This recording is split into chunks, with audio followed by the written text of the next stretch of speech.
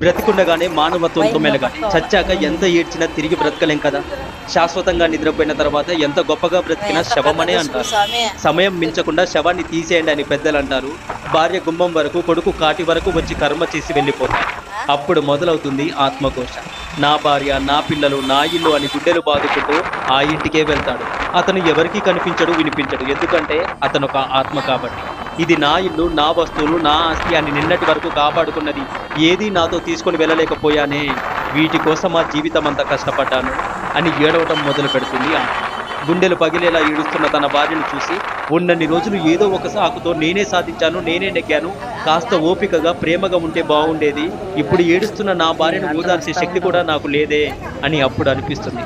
కుటుంబ సభ్యులను చూసుకొని చేసిన పొరపాట్లన్నీ గుర్తు తెచ్చుకొని ఒక్కసారి భగవంతుడు బ్రతికిస్తే అందరికీ క్షమాపణ చెప్పుకొని మళ్ళీ నీ దగ్గరికి వస్తాను తండ్రి అని ఆత్మ ఘోషిస్తూ ఉంటుంది.